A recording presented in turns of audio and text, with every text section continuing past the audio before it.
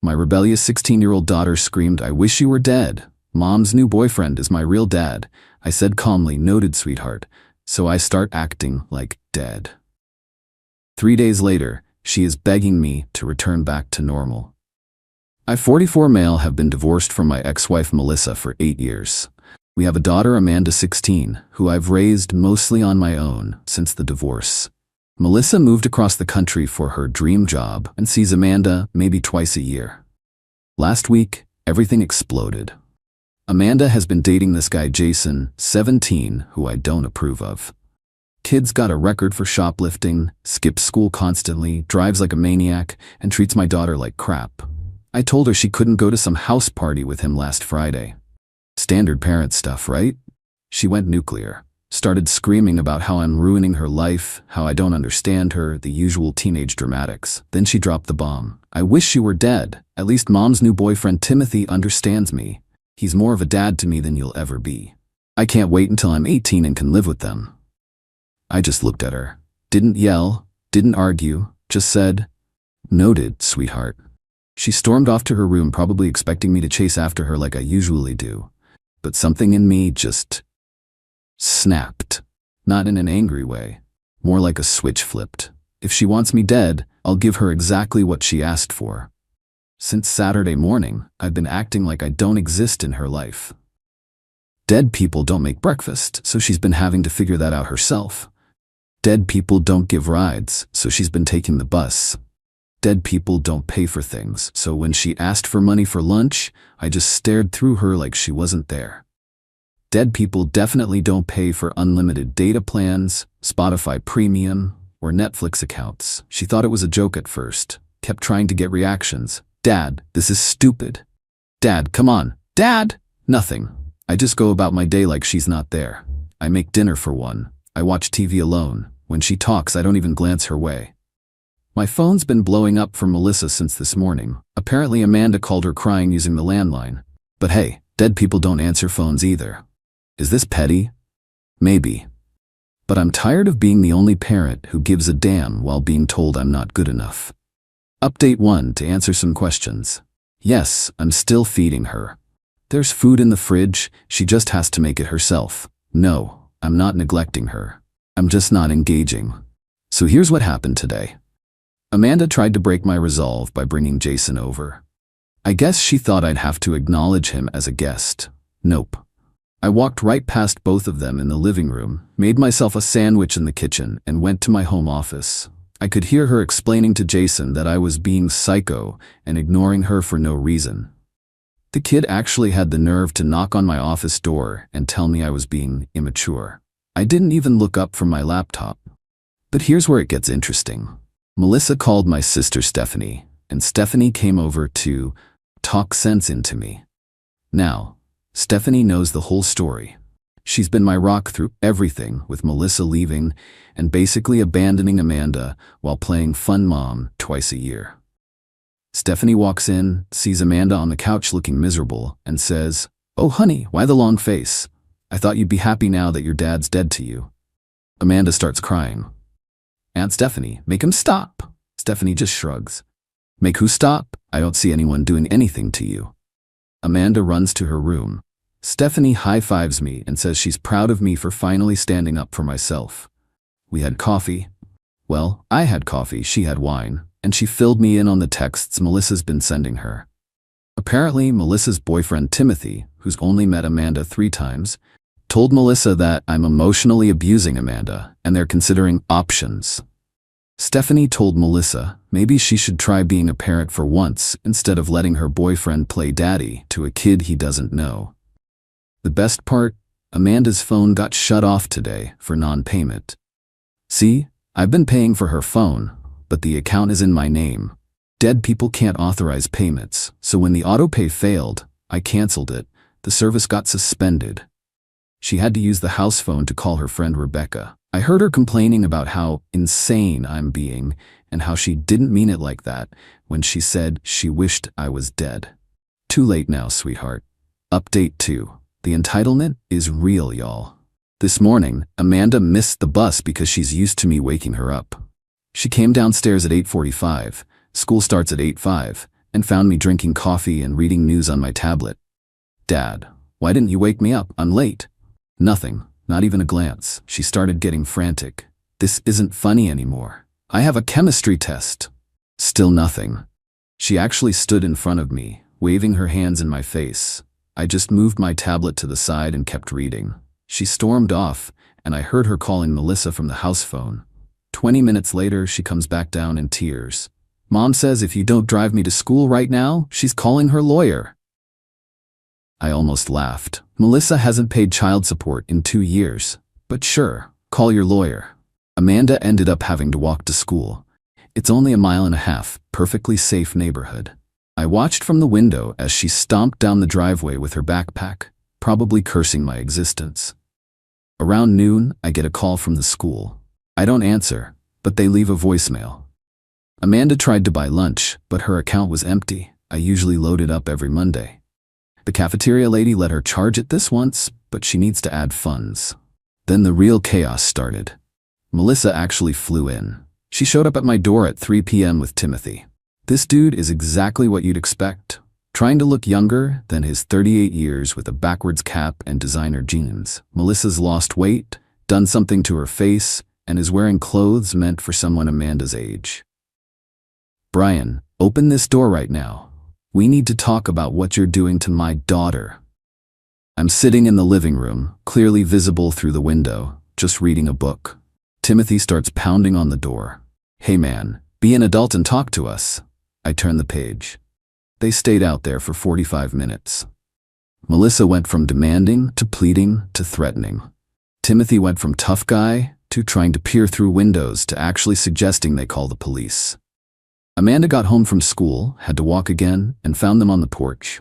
The look on her face was priceless, like she didn't expect her mom to actually show up. Mom, what are you doing here? Baby, I'm here to fix this. Your dad has lost his mind. We're gonna stay at a hotel and figure out our options. Amanda looks at me through the window. I'm still reading, acting like there's nobody outside. Dad, please. I'm sorry, okay? I didn't mean it. Nothing. Melissa grabs Amanda's arm. Come on, sweetie. Pack a bag. You're coming with us until your father stops this ridiculous behavior. But here's the thing Amanda didn't tell Mommy Dearest. She's on academic probation for missing too many classes, sneaking out with Jason. If she misses more school without a valid excuse, she gets expelled. Amanda tries to explain this to Melissa, who waves it off. We'll call the school. Timothy knows people on the school board. Timothy, who's met Amanda 3 times, nods like he's got pull in a school district he's never lived in. They left with Amanda, who looked back at the house like she was hoping I'd stop them. I didn't. Stephanie came over an hour later with Chinese food and wine. They won't last 2 days in a hotel room together, she predicted. Melissa can barely handle Amanda for a weekend, let alone full-time. We'll see. Update 3. Stephanie was wrong. They didn't last 2 days. They lasted exactly 18 hours. Amanda showed up at 7:30 this morning with Melissa and Timothy. I was making breakfast, for one, obviously, when I heard the car doors slam. They didn't knock this time. Melissa used the emergency key, guessed she still had it, and they all walked in like they owned the place. Brian, this ends now, Melissa announced. Amanda has something to say to you. Amanda looked exhausted. Her eyes were puffy, hair messy. Dad, I'm sorry. I didn't mean what I said. Please, can we just go back to normal? I put my single plate of eggs and bacon on the table and started eating. Timothy stepped forward. Listen here, buddy. That's when Amanda snapped, but not at me. Shut up, Timothy. You don't even know me. Stop acting like you're my dad.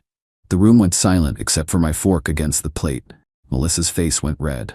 Amanda, apologize to Timothy right now. He drove all the way here. I don't care, Amanda screamed. You dragged me to that gross hotel where you guys fought all night. You don't even know what classes I'm taking. You didn't know I had a chemistry test. You didn't know about my probation. You don't know anything. She turned to me, tears streaming. Dad knows. Dad knows I hate pickles on my burgers. Dad knows I need exactly 2 creams in my coffee. Dad knows I get panic attacks during thunderstorms. Dad knows my favorite show is The Office, even though I tell everyone it's Euphoria. Dad knows me. But I told him I wished he was dead. I told him Timothy was my real dad. Her voice broke. And now he won't even look at me. Melissa tried to intervene. Baby, we can work this out. No, Amanda cut her off. You left. You left when I was 8. You call maybe once a month. You send money for my birthday, when you remember. Last year you sent it 2 weeks late. She pulled out a crumpled piece of paper. Turns out she'd written me a letter at the hotel. Her handwriting was shaky. Dad, I know you probably won't read this because dead people can't read. But I need you to know I'm sorry. I'm so sorry. I was mad about Jason and the party, and I said the worst thing I could think of. But I didn't mean it. You're not perfect.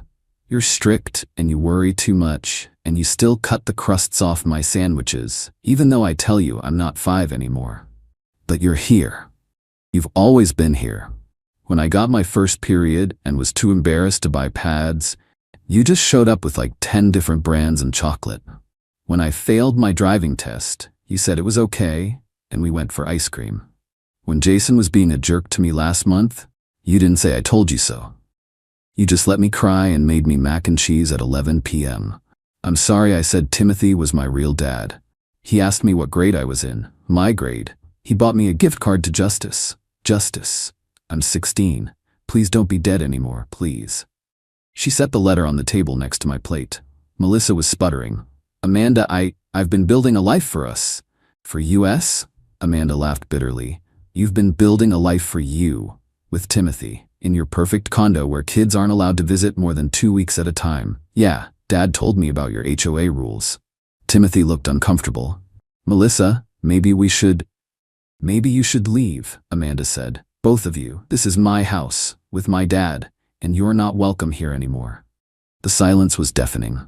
Melissa grabbed her purse. Fine, when you're ready to apologize and be reasonable, you know where to find me. They left. Amanda stood there, shaking.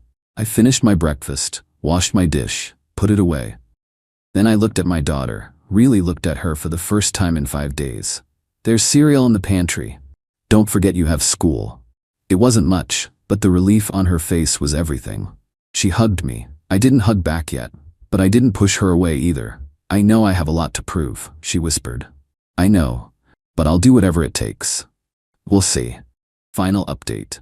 It's been a weekend of revelations. Saturday morning, Amanda was up at 7 a.m. making breakfast. Burned eggs and soggy toast, but she tried. She's been doing her own laundry, cleaning without being asked, and hasn't mentioned Jason once. But the real drama came from an unexpected source. Melissa called Stephanie in a rage on Saturday night. Apparently, Timothy broke up with her. He said the whole incident opened his eyes to the fact that she'd essentially abandoned her kid, and he didn't sign up for baby mama drama. The dude who wanted to play daddy for a teenager he'd met 3 times couldn't handle one night of actual parenting.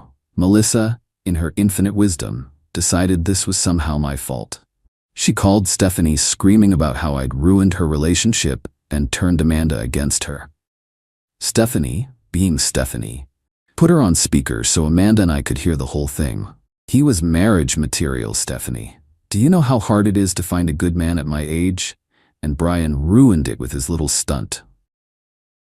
Brian didn't do anything. He gave Amanda exactly what she asked for. This is parental alienation. Is it? Because I'm pretty sure parental alienation requires, actual parenting first. The call ended with Melissa threatening legal action and Stephanie laughing so hard she spilled wine on my couch. Sunday was quiet. Amanda and I didn't talk much, but we existed in the same space. She did homework at the kitchen table while I paid bills. She made us both coffee, got my 2 creams right. We watched The Office together after dinner, her choice, not mine. Then this morning happened. I'm working from home when I hear a car pull up. It's Jason. In his beat-up Honda with the loud exhaust. Amanda comes downstairs, sees him through the window, and her face goes pale. I didn't invite him, she says quickly. I swear, Dad. I didn't. I watch as she goes outside. I can't hear the conversation, but I can see it. He's gesturing wildly, pointing at the house, at her, getting in her space. She's backing away, shaking her head.